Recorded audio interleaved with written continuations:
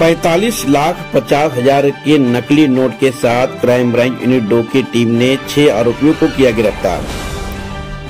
Bhiwandi crime branch unit 2 के वरिष्ठ police निरीक्षक जनार्दन सोनोने के गुप्त मुखबिर द्वारा यह जानकारी मिली कि औचित्यपाड़ा कैफे मखदूमिया होटल के पास नकली नोट देकर असली नोट लेने आ रहे, जिसके बाद अपराध शाखा के वरिष्ठ पुलिस निरीक्षक जनार्दन सोनोने के निर्देश एवं मार्गदर्शन में धनराज केदार और पुलिस टीम ने जाल बिछाकर सूरज रंजी शिंदे, भरत ससे, स्वप्निल पाटिल को गिरफ्तार किया, जहां इनके पास 30 लाख रुपए के नकली 500 रुपए के नोट जब्त किए गए।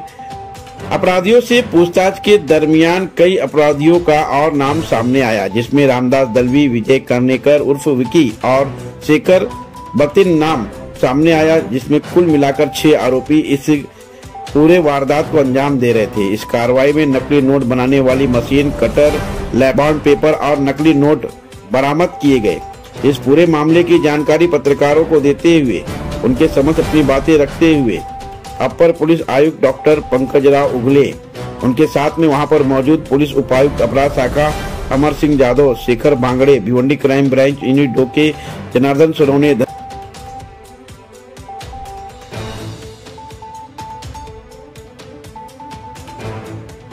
रविंद्र पाटिल, राजेंद्र शिंदे, सुधाकर चौधरी, सुरेश ब्राग, प्रकाश पाटिल, साबिर शेख, सुनील सोलंखे, प्रशांत राणे, राजेश गावड़े, किशोर थोरात, नीलेश बरसे, सचिन यादव, माया डोंगरे, शैली गंभीरा, अमोल इंगले, भावेश घरत, विजय कुमार, यह सारे लोग पत्रकार परिषद में मौजूद थे। विशेष तौर पर आपको बता दें कि 45,50,000 रुपए के 500 की भारतीय मुद्रा के नकली नोट एवं नकली नोट बनाने में सारे सामग्री को जमा कर पुलिस ने 6 आरोपियों को सलाखों के पीछे भेजा। पत्रकारों को संबोधित करते हुए क्राइम ब्रांच यूनिट 2 के वरिष्ठ पुलिस अधिकारियों ने क्या कहा, आइए सुनते हैं।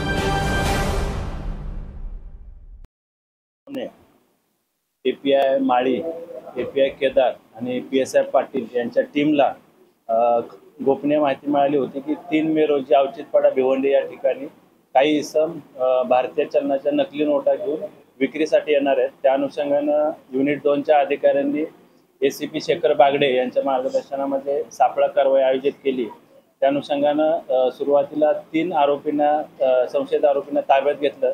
त्यांच्याकडे भारतीय चलनाच्या बनावट नोटा अंदाजे 30 लाखाच्या आपल्याला मिळून आल्या। त्या अनुषंगाने कायदेशीर कारवाई केली।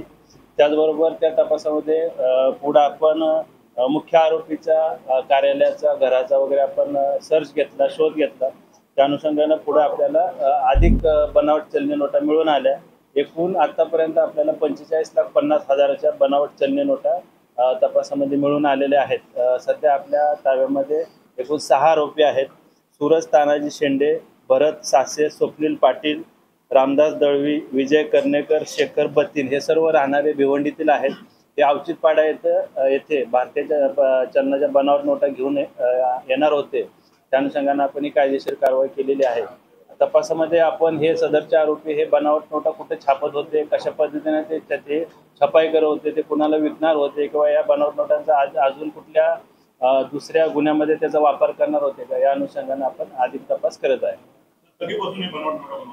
सध्या त्याचा तपास सुरू आहे। आरोपी सध्या पोलीस कस्टडीमध्ये आहेत। त्यांच्याकडून आतापर्यंत आपल्याला जो मुख्य आरोपी आहे रामदास दळवी याचं ट्रान्सपोर्टचं ऑफिस आहे भिवंडीमध्ये, त्याच्या कार्यालयातून आपल्याला छपाईसाठी लागणारे जे लॅपटॉप आहे, प्रिंटर आहे, पेपर कटिंग मशीन आहे आणि इतर साहित्य असं आपण तपासामध्ये सध्या जप्त केलेलं आहे।